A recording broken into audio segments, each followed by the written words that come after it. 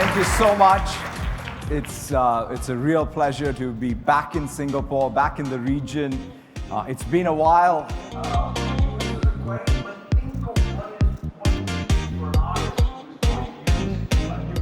In recent weeks, we've seen announcements of mass layoffs across tech companies.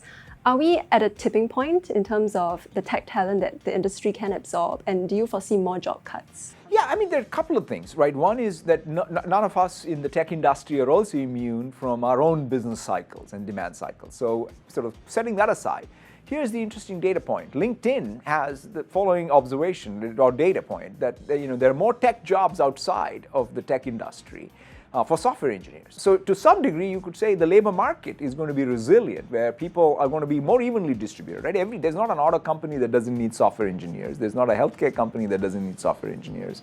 And so therefore, I think that the economy itself has the ability to absorb more software engineers. In fact, I'd say it's healthy because if we're going to be a digital society, it's not just about the tech industry and its fortunes. It's about tech in every industry. And that said, we also have to basically manage our growth and expenses in line. And so therefore, I think good old-fashioned management by all of us is, I think, an imperative as well. So what does that mean for Microsoft? I mean, is the global tech talent crunch easing up, and does Microsoft stand to gain from some of the talent that's become available? Yeah, I mean, look, at the end of the day, we are a very attractive employer for a lot of people who want to come build products that get used by billions of people to change the world. And in fact, particularly, I want people to join Microsoft not to be cool, but to make others cool. That's kind of my calling card for hiring anybody. And so as long as people have that sense of purpose and mission, I want to be able to attract them to Microsoft to do their very best work, and so that they can have impact in the world, starting in one community and one country at a time. One of the big shakeups that we've seen in tech recently was Elon Musk's takeover of Twitter. Can I ask, are you watching what's happening in the company? Do you have any comments maybe on how that transition is going? I don't have much to add. Twitter is an important product that is used by millions of people, and I wish Elon and team the best in managing that. So we've heard Microsoft says that it wants to do more with less, help companies do more with less, and one area especially is in innovation. What's different about this strategy, given that utilization of tech and innovation are embedded in the DNA of most organizations nowadays? No, I think you said it right, which is at some level, this next era has to be about taking digital technology, which is the most malleable resource that we have, and using it to drive the next level of economic growth and productivity, and while still being aligned with certain goals like our planet and energy transition and what have you. So it's got to bring out efficiencies in everything we do, whether it's a retailer or whether it's an energy company, whether it's an industrial company. I think digital technology as an input to drive a more efficient output is going to be critical. So in that context at Microsoft, we are very, very focused on taking technology, right? Like take even supply chains. One of the things that we just announced this week was a new supply chain platform that allows every business to be able to manage the supply and demand as a decision support system, as an insights system, as an automation and a workflow system. I think these are the types of things that need to be deployed everywhere in order to do more with less. COVID obviously produced massive shifts in the way that people work and play online, and Microsoft is a big part of that.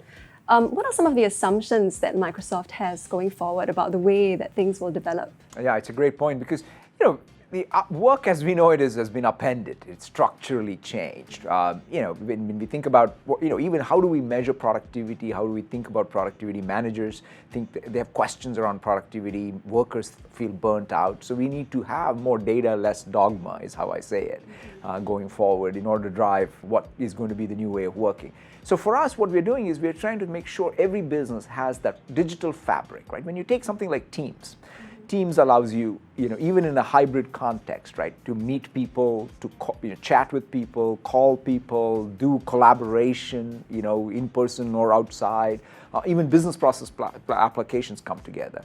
And we're building even new tools like Viva Connections, right? Because one of the big issues in hybrid work is how do you keep that connection back to the culture and the company's mission between frontline and headquarters? Or goals. Viva Goals is taking OKRs and making sure that everybody is aligned so that we don't have this productivity paranoia. We can use data to drive decisions around who needs to come into work or how is work really getting done or not getting done. So our goal is to build the digital fabric that helps us build new managerial capability even to deal with what is going to be a more complicated, but I think a more fruitful way for people to work. Tech companies, including Microsoft, obviously also benefited greatly from the digitalization that we saw, shifts online. But as we're out of the worst of the pandemic now, is Microsoft reconciled to a newer reality of maybe slower growth? And what is it doing to turbocharge that growth? Yeah, I mean, I think, like cycles happen everywhere, and even in our case, obviously there was a lot of surge, right? Teams went from not sort of basically existent to really an at-scale platform during the last couple of years. And now, in fact, we're doing, for example, Teams Pro exists.